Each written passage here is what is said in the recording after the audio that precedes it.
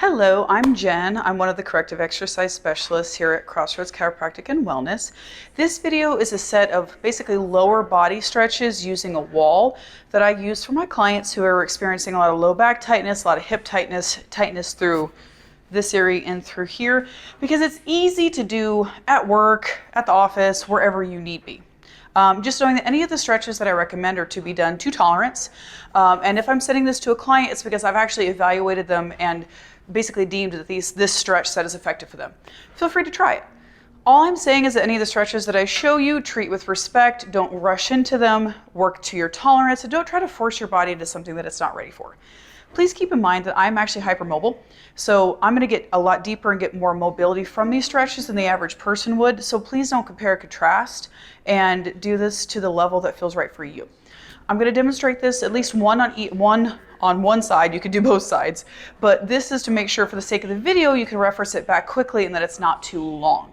So anyone who's experiencing tightness through the quads, pressure and compression through that low back and hips, what we want to start with is a really good quad stretch.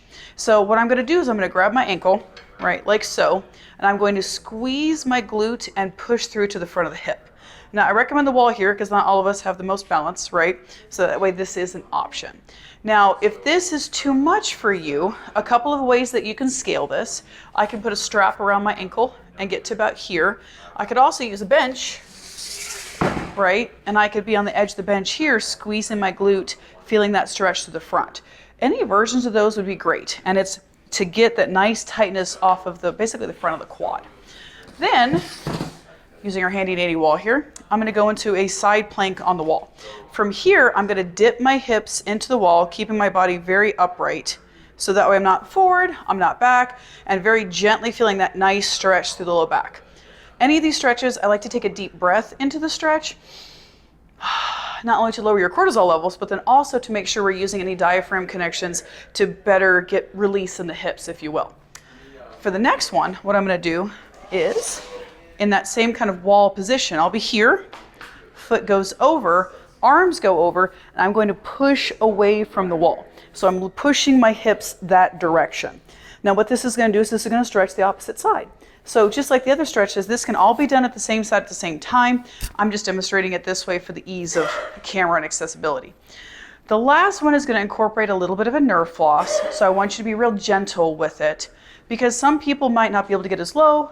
Some people that might actually make the nerves a little more upset at first. It's kind of normal, so be careful with that. I'm going to go into a nice half fold like so. Now for me, I can go all the way to the ground, so I kind of like hold my elbows. Really, it's whatever's most comfortable for you. I'm going to scoot a little closer just for the sake of the video here. So I can be here, right?